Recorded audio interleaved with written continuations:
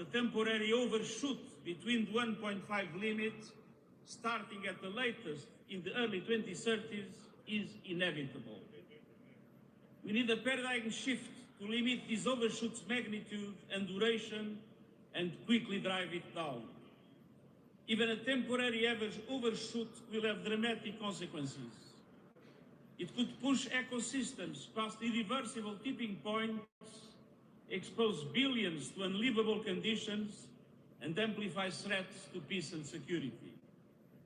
Every fraction of a degree means more hunger, displacement, and loss, especially for those least responsible.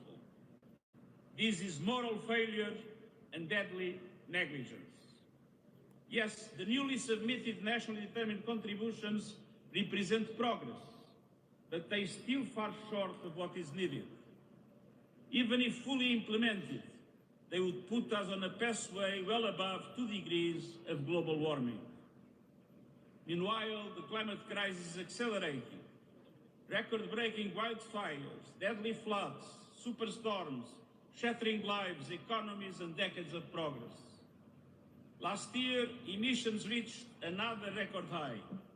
And today, as we have seen, the World Meteorological Organization confirmed that the emissions continue to rise this year. Let us be clear, the 1.5 degrees limit is a red line for humanity. It must be kept within reach. And scientists also tell us that this is still possible. If we act now at speed and scale, we can make the overshoot as small, as short, and as safe as possible, and bring temperatures back below 1.5 degrees Celsius before the century's end. Small, by peaking global emissions immediately, cutting them deeply this decade, accelerating the phase-out of fossil fuels, slashing methane, and safeguarding forests and oceans, nature's carbon sinks.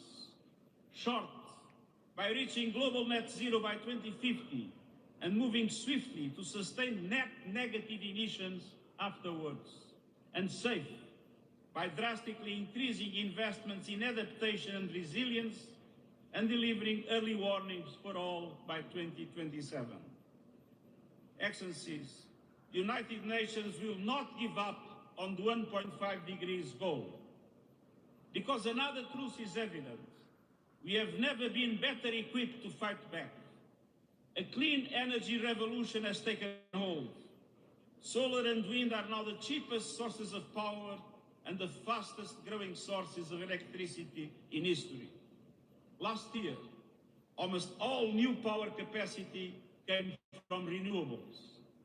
The clean energy economy is creating jobs and driving development. It is reshaping geopolitics, delivering energy security and price stability. And it is connecting millions to clean and affordable energy for the first time. The economics have shifted. In 2024, investors poured $2 trillion into clean energy, 800 billion more than fossil fuels. Clean energy is winning in price, performance, and potential, offering the solutions to transform our economies and protect our populations. What is still missing is political courage. Fossil fuels still command vast subsidies, taxpayers' money. Too many corporations are making record profits from climate devastation, with billions spent on lobbying, deceiving the public, and obstructing progress. And too many leaders remain captive to these entrenched interests. Too many countries are starved of the resources to adapt and locked out of the clean energy transition. And too many people are losing hope that their leaders will act. We need to move faster and move together.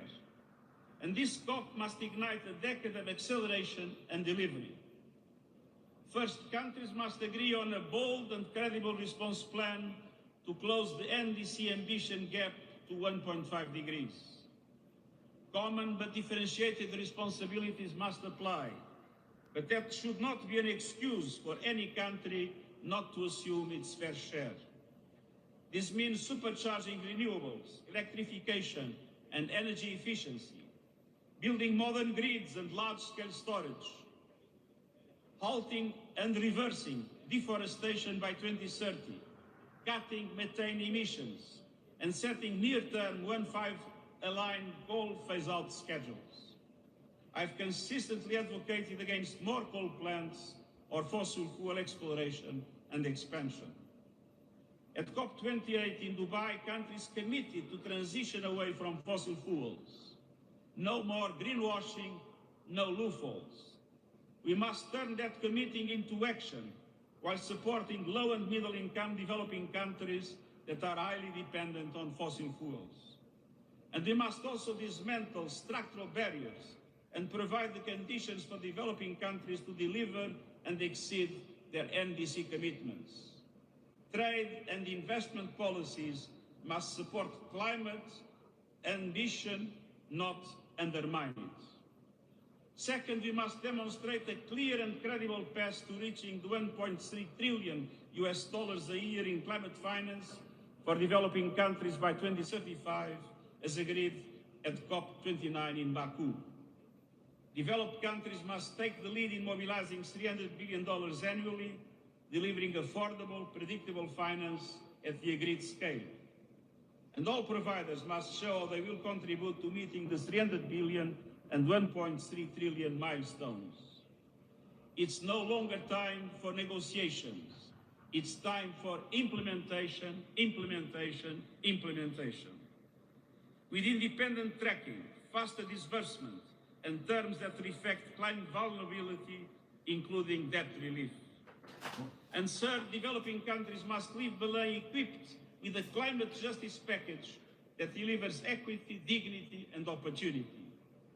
That means the concrete plan to close the adaptation finance gap, ensuring that developed countries honor their pledge to provide $40 billion adaptation finance by the end of this year, and giving confidence that affordable adaptation finance will be scaled up beyond 2025 and delivered swiftly to the communities on the front lines.